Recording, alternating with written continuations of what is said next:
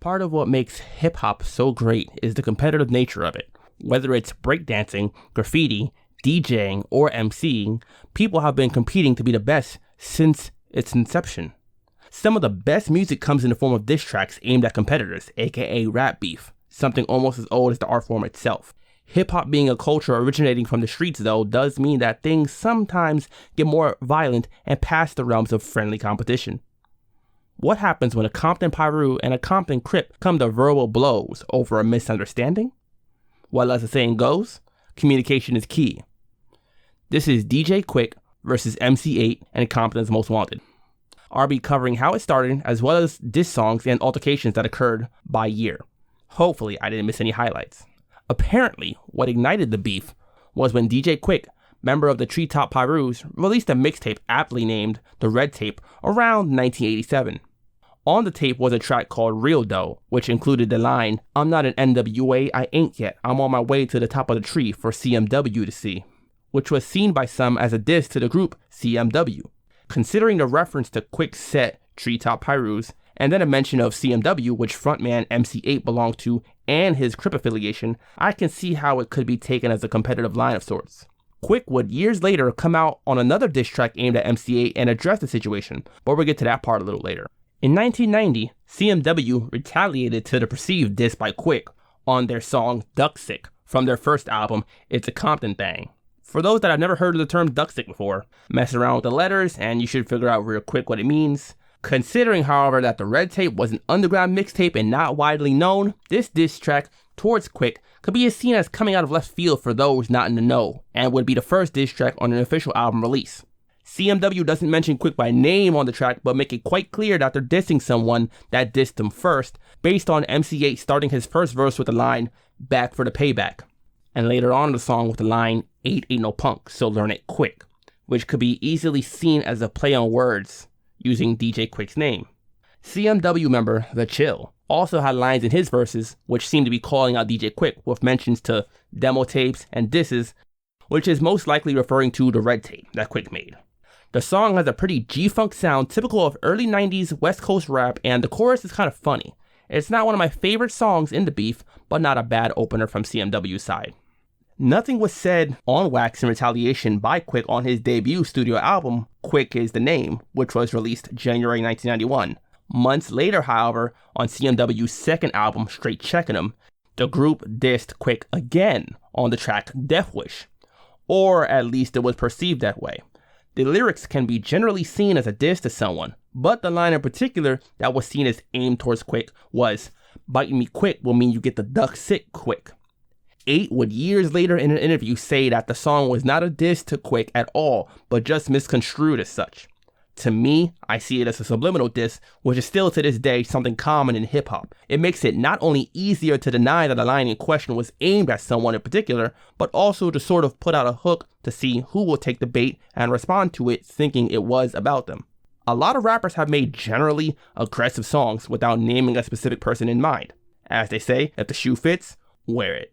This especially works for beef that is not widely known by the media or the rest of the industry. Much more direct lines between the two would soon appear, however. The following year, in July 1992, DJ Quik would release his second studio album titled Way Too Funky, on which the title track contained multiple disses directed towards MC Eiht and Bronx rapper Tim Dog for dissing him and Compton respectively. He also would diss them both on the outro of the album titled The Last Word, which ironically was a track shouting out people he's cool with mainly, but he still did slip in a diss towards his enemies at the time as well. Later on in September, CMW would release their third studio album, Music to Drive By, which featured multiple diss tracks aimed towards Quik, namely Death Wish 2, Duck Sick 2, and Dead Men Tell No Lies. The album even had a track aimed at Tim Dog for dissing Compton on his song F Compton. There's no misunderstanding on that one, the title is pretty dang direct and I like the song myself. Both MC Eiht and DJ Quik took time out from their beef to diss Tim Dog. I guess your whole city being dissed would do that to a person. So hey. Now personally, I find it kind of funny how MC Eiht said that the first Death Wish was not a diss towards DJ Quik, but he admits that Death Wish 2 was. The music video for the song even featured a DJ Quik lookalike to really drive the point home. It's much more of a direct diss compared to the first Death Wish, which, like I said, according to Eiht, was not aimed at DJ Quik. Duck Sick 2, like the first one, has the same chorus and sample. Lyrically, it's full of more threats and lines aimed at Quik's high-pitched voice, height, and music. Personally, I slightly prefer Duck Sick 2 over the first one. Dead Men Tell No Lies, though, is probably my favorite track out of the trio of songs dissing Quik on here. Production-wise, it's much more to my liking and sounds more suitable for a diss track. This album would also go on to be CMW's highest charting album and considered one of their best. All those diss songs probably had something to do with it, I'm sure.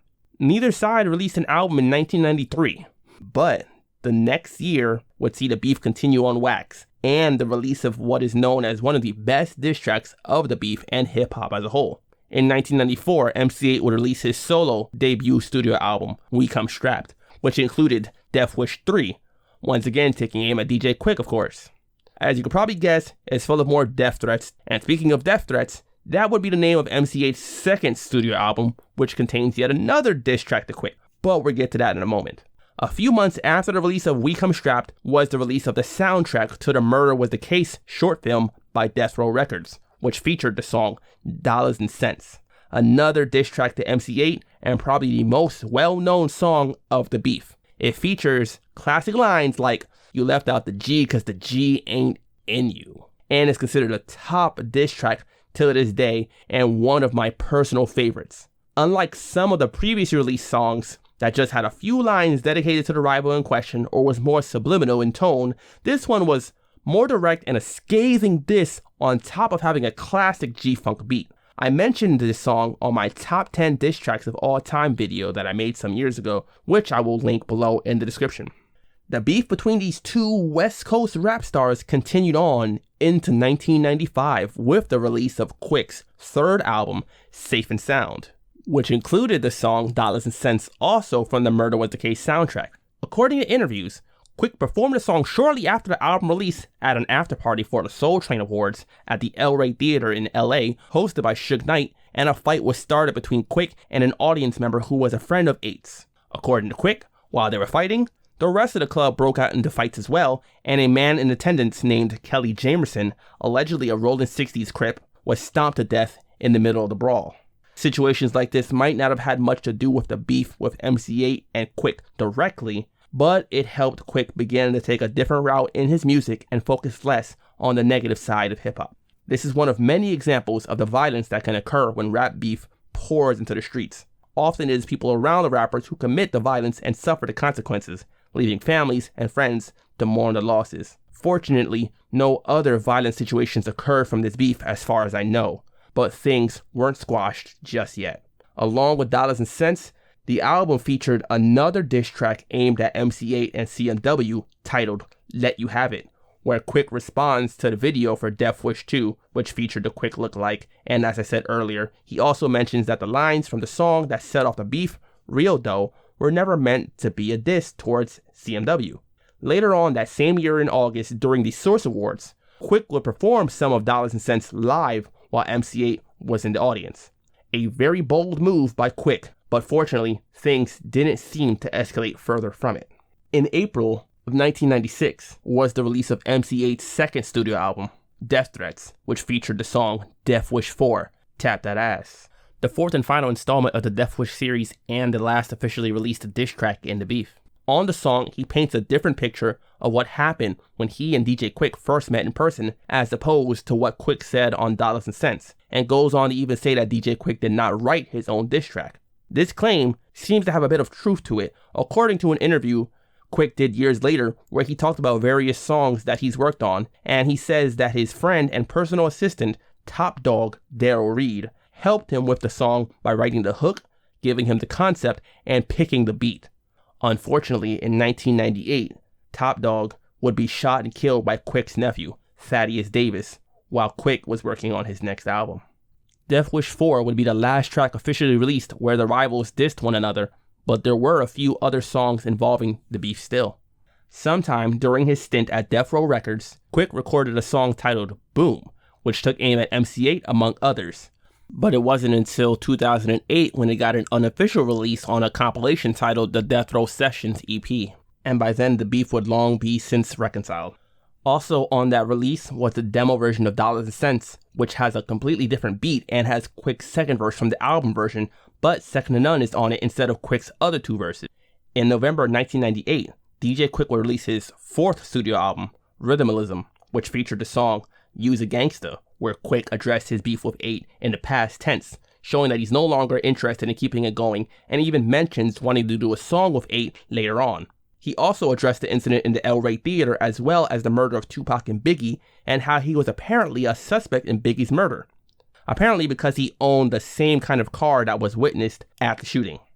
The roughly decade-long beef was finally considered squashed publicly when they appeared together in 1999 on the BET Tonight Show along with Snoop Dogg. Furthermore, they would even collaborate in 2017 on the songs Central Ave and Funny How Niggas Gonna Change Things from the Rosecrans album, which was a collaborative album between DJ Quik and Problem. This is just one of many beefs in hip-hop history, but one of the few that lasted for over a decade. I feel like it's one of the less talked about beefs of the 90s in particular, and a prime example of a situation that could have gone much more poorly for the two artists involved, given the circumstances. Fortunately, it managed to stay mainly on wax and resulted in what hip-hop should. Good music and perhaps a lesson learned to other artists out there, especially those involved in a gang and or rap beef. Now, given the length, you might think that more tracks would be put out overall like some more recent beefs in hip-hop, but to be fair, back in the 90s, recording and putting out music wasn't nearly as quick and easy as it is nowadays, so we got a pretty fair amount of music in this back and forth. MC8 and CMW put out more diss tracks towards DJ Quik, but Quik put out more music that I personally enjoy and found more memorable, and I generally am more into Quik's production and rapping style than Eiht's. The general consensus that I know of is that DJ Quik was the overall victor musically. What he did on Dollars and Cents was simply great. It was a song that was not only a great diss, but also a good sounding song production-wise and something you could sing along to and play in the club, which makes it hit even harder. For MC8 and CMW, they had more songs, but they weren't as hard-hitting for me.